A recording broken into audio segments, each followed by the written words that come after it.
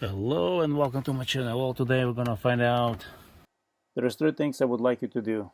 Click this like button, subscribe to my channel if you have not subscribed, and click the bell notifications.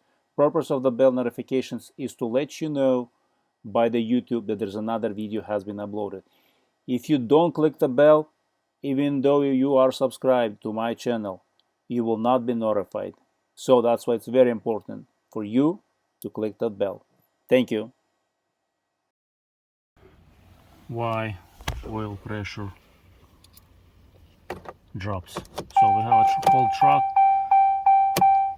We're going to start, warm up, and go from there.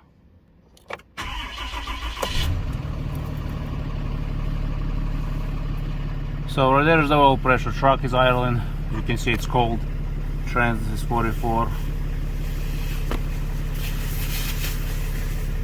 Oil pressure is 51. So the truck is idling.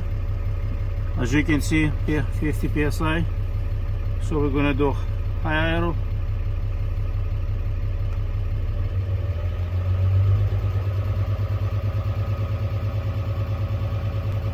So it warms up faster.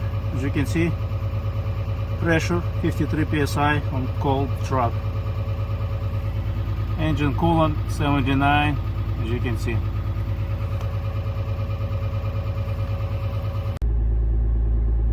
So truck is still on high idle until I cancel. Pressure went down, oil pressure went down, temperature cool went down. So why did the oil pressure went down? Well, let me explain to you, let me show it to you. So I'm gonna cancel high idle and we'll compare. So there you go, as you can see. Coolant temp. I'm also at operating temperature, kinda it is. And oil temperature and oil pressure went down. Why is it? Why does the oil pressure drops like that significantly?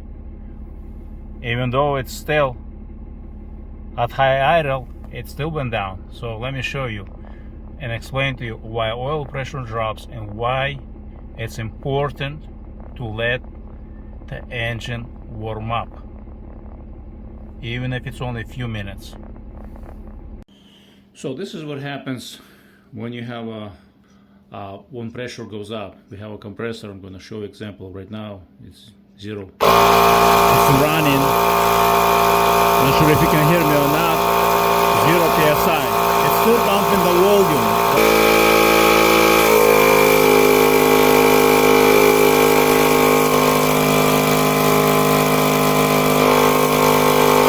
The more restriction I'm creating, the higher the pressure. Less restriction, less pressure. As you can see, the more restriction you have, the higher pressure goes up. The less restriction you have, the less pressure. So when the pressure drops in a vehicle due to either oil or oil filter, it does not mean there is a problem. It means it's flowing freely because the oil pump, or in this case compressor, still supplying same amount of air or same amount of oil. So just because the pressure went up and light on the dashboard became on, it's just because it's programmed. It's very sensitive. On some cars, it's designed to be always to be used with a low quality oil and very restrictive filters. And if you start using quality oil and start using a quality filter, next thing you know, your light is on the dashboard. No, that's not an issue with your engine. It's just how it's programmed the computer. It means you have a less restriction, oil still flowing. As you saw it with the compressor, the more restriction I created, right, closing it, the higher the pressure went up. So when the engine is cold, oil is thick, you have more restriction, that's why pressure went up. As you seen it earlier, oil got warmer, thinner, pressure went up. Is that an issue with an engine? No, that's just a normal way of oil flowing and normal way of, that's how it's supposed to be. Pressure is the result of increased restriction. You decrease the restriction, you lower the pressure. You create a restriction, you increase the pressure. It's that simple. There is nothing wrong with an engine because you start using thinner oil. However, you can have a lower pressure on engine with the oil pump that has been worn out due to lack of lubricity. Not enough lubrication, metal against metal inside the oil pump worn out, and next thing you know, you gotta put thicker stuff to satisfy. Thicker oil is not fixing the problem. It's only fixing the light on the dashboard.